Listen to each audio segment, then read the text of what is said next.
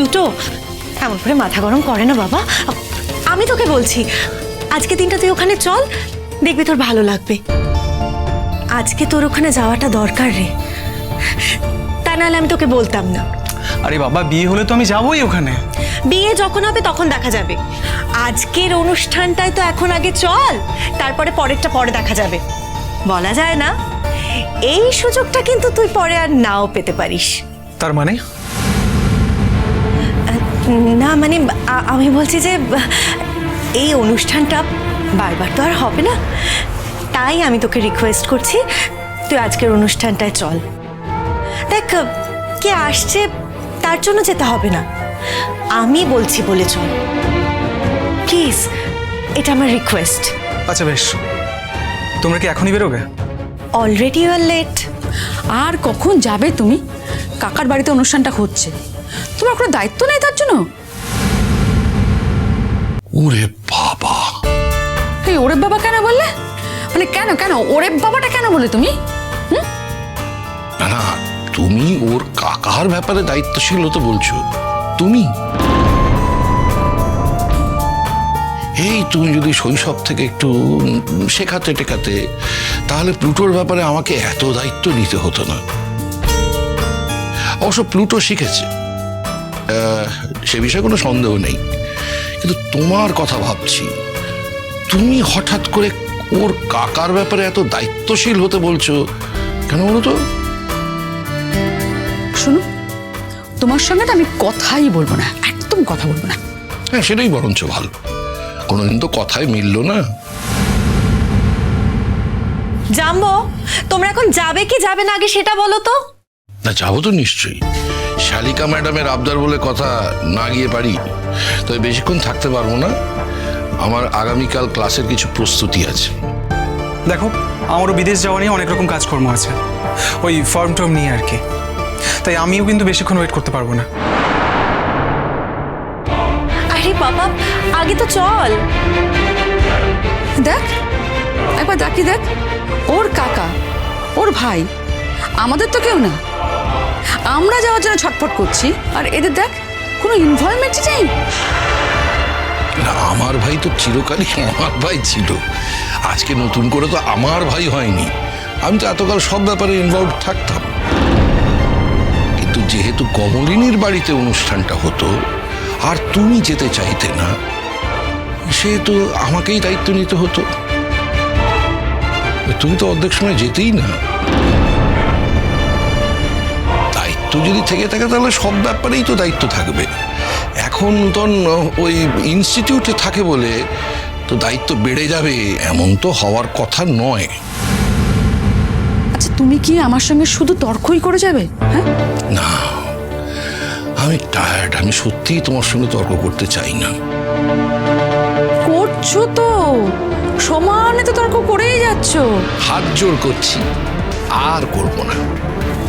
চল প্লুটো, এইসব social gathering এ তো আমার ভালো লাগে না, তুই জানিস, কিন্তু আজকে তোর নতুন কাকুর সঙ্গে দেখা হয়ে যাবে। হ্যাঁ, চ তাড়াতাড়ি চ, বেরিয়ে পড়ি। ঝোল সব বদলে গেল মা, জাস্ট কয়েকদিনের মধ্যে আমাদের বাড়িটা পুরো এলোমেলো হয়ে গেল। নতুন কাকুকে যে আমি কতটা মিস করি বলে বোঝাতে পারবো না। আর মিটিলের কথা বলো, ও তো একটা বাইরের মেয়ে, কাল কিরাম সবার সামনে চ্যালেঞ্জ ছুড়ে দিল, যেভাবেই ওকে নতুন কাকুকে বাড়িতে ফিরিয়ে আনবে। স্পষ্ট করে বলে দিল আমাদের। মিটিলও খুব ধাক্কা খেয়েছে নতুন কাকুর বিয়ের কথাটা শুনে। ধাক্কা আমরা সবাই খেয়েছি ভাবি, সেটা আমরা কেউ স্বীকার করি না করি। আমরা সভ্য মানুষ তো, তাই মনের কথাটা সব সময় মুখে আনতে পারি না। বুকে হাত রেখে কেউ বলুক না যে সে ধাক্কা খায়নি। খেয়েছি রে, ধাক্কা আমরা সবাই খেয়েছি। মা, আপনি যখন যাচ্ছেন তখন এই উপহারটা আপনিই ডলের হাতে তুলে দেবেন। ও মা, এই এই হারখানা তোমার ওই কাকাবাবু দিয়েছিলেন না তোমার বিয়ের সময়? ও বাবা, কি ভালোবাসেন তোর কাকাবাবু তোমাকে। হ্যাঁ, আমি দেখেছি। বিদেশে থাকে, কিন্তু বুড়ি বলতে অজ্ঞান। হ্যাঁ, কাকাবাবু আসছেন মা, এই সপ্তাহেই আসছেন। মা ফোন করে বলল, ওই তো বছরে একটিবার আসেন। তাই নাকি? বাবা, বেশ ভালো। কি ভালো মানুষ উনি।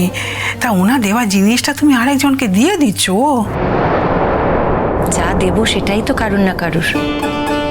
মার দেওয়া উপহার যদি দিই তাহলে মা দুঃখ পাবে, কিন্তু কাকামণির দেওয়া উপহার যদি দিই তাহলে কাকামণি কিন্তু একটুও মাইন্ড করবে না। তাই ঠিক করলাম কাকামণির দেওয়া উপহারটাই দিয়ে দেবো। কি করব, নিজে কিছু কিনে দেব সেরকম সামর্থ্য তো আমার নেই মা। আমি তোমার অপদার্থ ছেলে মা, তাই আজকে তোমাকে তোমার নিজের গলার হার খুলে অন্যকে দিয়ে দিতে হচ্ছে।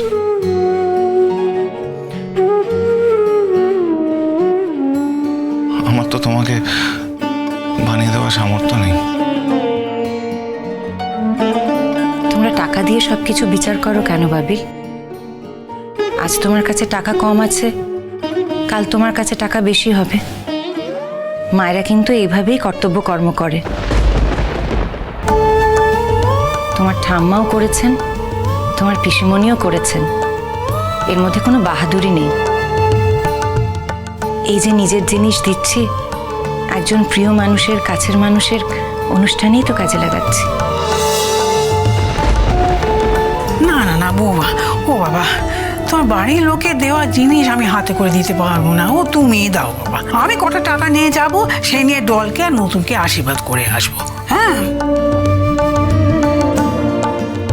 যাই, আমি চট করে তৈরি হয়ে নিয়েছি। হ্যাঁ,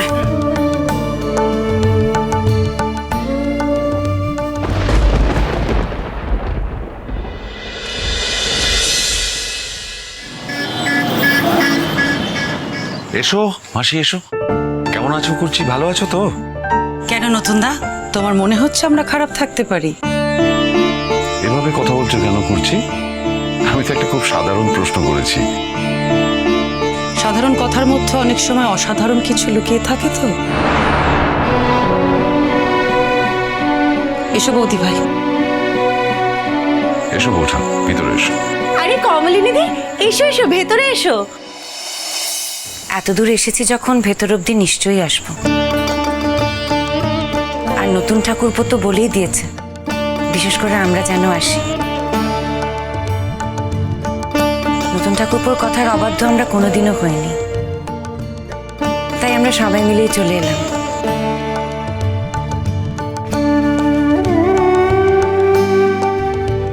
এই যে মিঠি রানী, নতুন কাকুকে একেবারে ভুলে গেছিস? হ্যাঁ, আমার ভোলাটাই শুধু দেখতে পাচ্ছ, আর তুমি ভুলে যাওনি বলছো আমাদেরকে। দেখেছো মিঠি আমায় কেমন কথা শোনাচ্ছে? হ্যাঁ রে, আমি যদি তোকে ভুলেই যেতাম, আমি কি হলে তোর সঙ্গে দেখা করতে যেতাম পরীক্ষার সময়? ভুলে যেতাম? সে তো তুমি চিরকালই গেছো নতুন কাকু, আগে তো কখনো বলতে হয়নি। আজ হঠাৎ বলতে হচ্ছে কেন, আমি তো সেটাই বুঝতে পারছি না। কি হয়েছে মিঠি তোর? এত রেগে যাচ্ছিস কেন?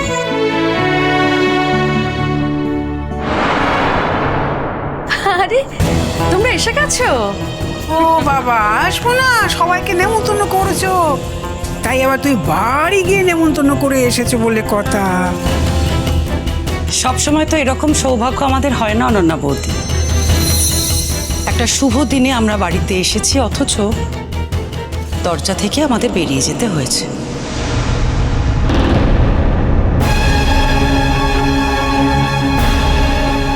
এই কথাটা বললো কেন করছি? বাড়িতে এসে বেরিয়ে যেতে হয়েছে, এমন ঘটনা কবে ঘটেছে? চিরসখা হে